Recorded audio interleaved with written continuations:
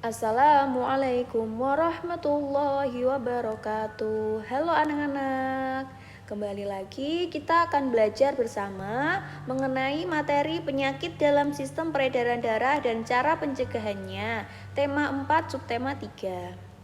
Nah, kemarin kita sudah belajar ya mengenai sistem peredaran darah pada manusia.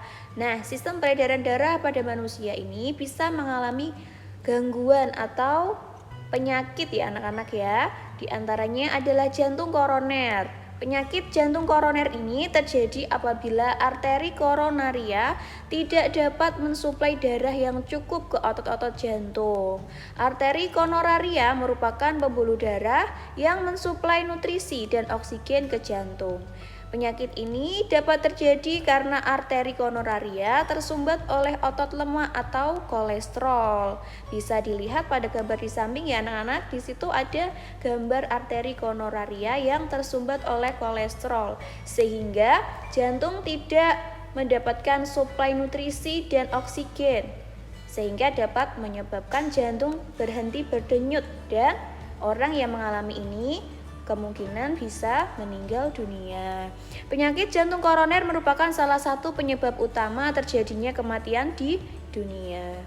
Lalu bagaimana pencegahannya? Nah, cara untuk mencegah agar tidak mengalami penyakit jantung koroner yaitu dengan menjaga pola makan, kemudian menghindari rokok dan alkohol, olahraga teratur, istirahat yang cukup, dan menghindari stres. Selanjutnya ada penyakit stroke. Tentunya anak-anak sudah tidak asing lagi ya mendengar penyakit stroke. Apa itu penyakit stroke? Penyakit stroke merupakan suatu penyakit yang terjadi karena kematian pada jaringan di otak yang disebabkan oleh kurangnya asupan oksigen di otak.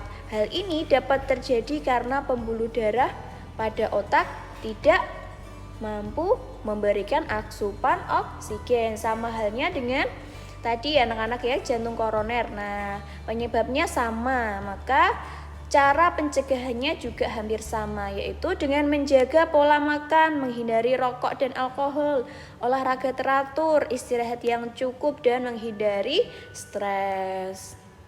Kemudian penyakit yang ketiga ada varises.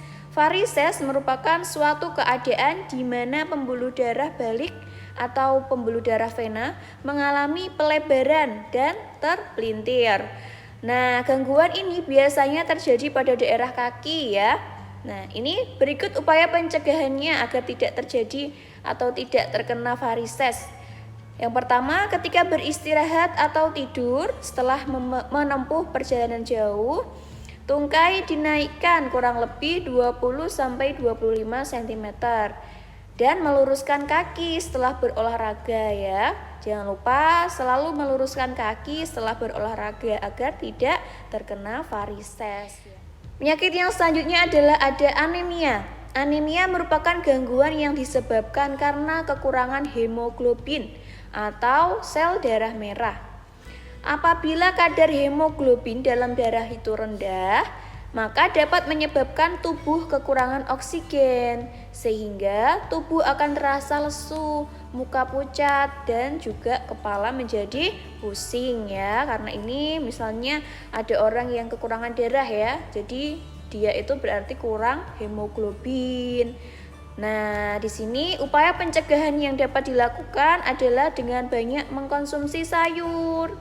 Sayur adalah makanan yang kaya akan zat besi seperti bayam dan kacang-kacangan ya, sebagai bahan pembentuk hemoglobin. Nah, jadi anak-anak yang mempunyai darah rendah ya, anemia, kekurangan darah, yang sering pusing-pusing, nah itu dianjurkan untuk makan sayur. Jadi jangan takut untuk makan sayur.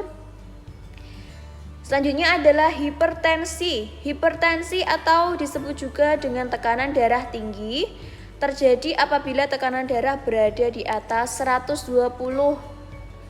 Hipertensi dapat disebabkan karena arterioklorosis atau pengerasan pembuluh darah, obesitas atau kegemukan, kemudian kurangnya berolahraga, stres yang berlebihan, banyak pikiran ya, kemudian konsumsi minuman beralkohol, mengkonsumsi makanan yang mengandung garam ya, banyak garam ya, jangan sampai keasinan makanannya itu.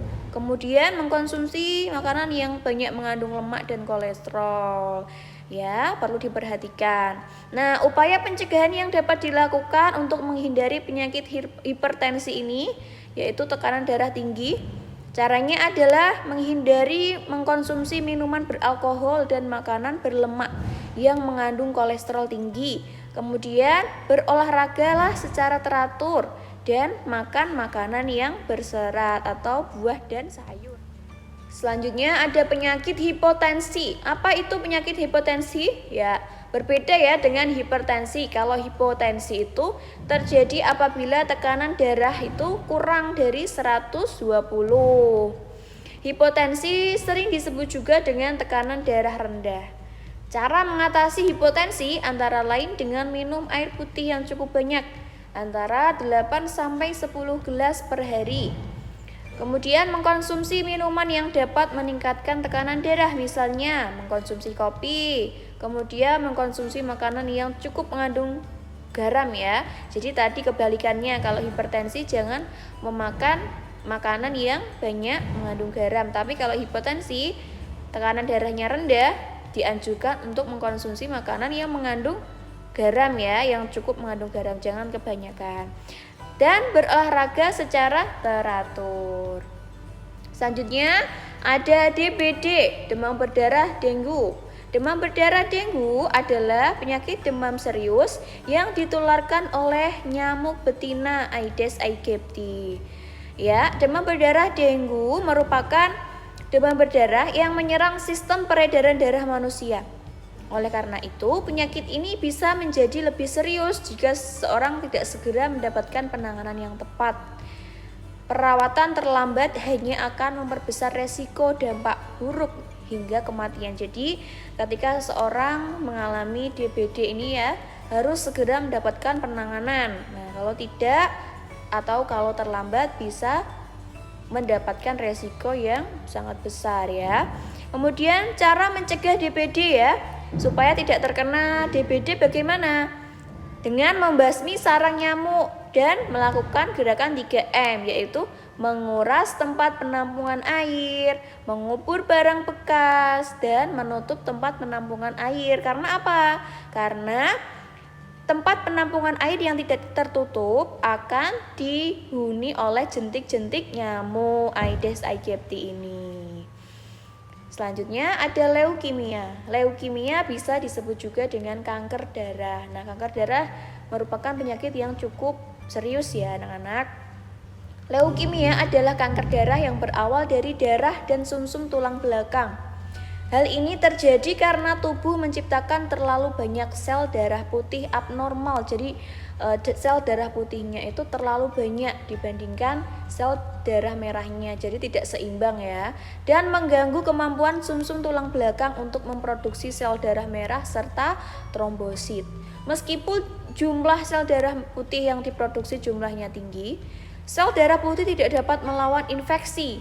Nah, dan justru menghambat produksi sel darah merah dan trombosit. Jadi leukemia ini suatu kondisi di mana sel darah putih itu banyak sekali ya. Dan sel darah putihnya tidak mampu untuk melawan infeksi yang terjadi pada tubuh, akan tetapi malah justru menghambat produksi dari pembentukan sel darah merah dan trombosit. Nah, lalu bagaimana cara pencegahannya? Cara pencegahannya yaitu selalu terapkan pola hidup sehat, kemudian makan makanan yang bergizi dan berolahraga secara teratur.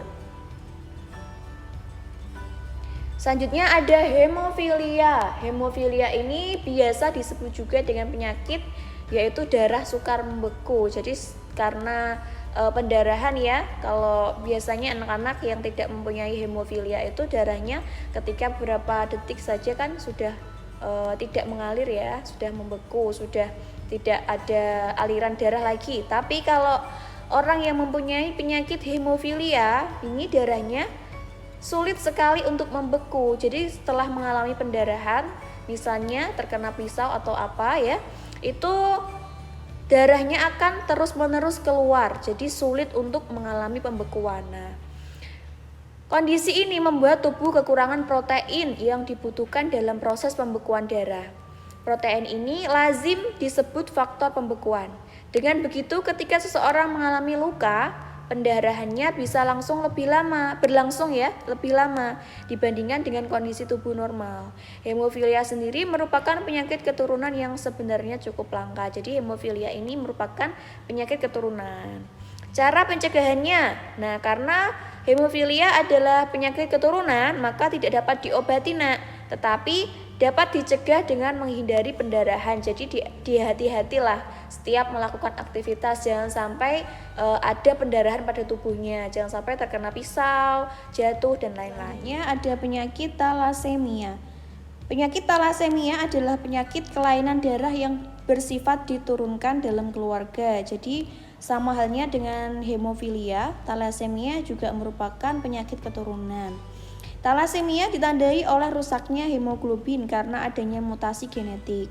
Hemoglobin adalah protein dalam sel darah merah yang membawa oksigen ke seluruh tubuh dan mengangkut balik karbon dioksida ke paru-paru untuk dikeluarkan. Nah, untuk cara pencegahannya berbeda dengan hemofilia.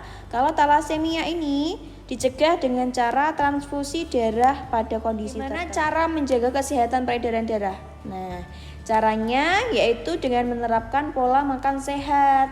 Jadi anak-anak harus menerapkan pola makan sehat, yaitu dengan makan makanan yang bergizi. 4 sehat, 5 sempurna. Makanannya diharapkan ada lauk pauk, ikan ya, kemudian ada tempe tahu, nasi ya yang paling utama, karbohidrat, kemudian ada sayur mayur dan buah-buahan, serta susu. Setelah itu mengontrol tekanan darah, jangan sampai tekanan darah kita itu rendah ataupun terlalu tinggi. Jadi yang pas-pasan ya, 120. Kemudian jangan terlalu banyak duduk ya, jangan terlalu banyak main game. Jadi anak-anak lari atau jalan ya, jangan terlalu banyak duduk. Kemudian olahraga secara rutin. Nah, olahraga ini bisa dilakukan di pagi hari. Kemudian mengolah stres, jangan banyak pikiran. Pastikan asupan cairan selalu terpenuhi. Nah, di sini anak-anak harus minum air secara cukup dalam sehari itu. Jangan minum minuman yang mengandung banyak pengawet seperti ya ada ya jajan-jajan seperti itu. Jangan terlalu banyak ya, jangan minum minuman seperti itu. Kemudian hindari rokok. Nah, kalau ini kan anak-anak tidak ya. Menjaga berat badan tetap sehat. Nah, jangan terlalu kegemukan ya, jangan terlalu kurus. Jadi jaga pola makannya, nanti juga akan sehat.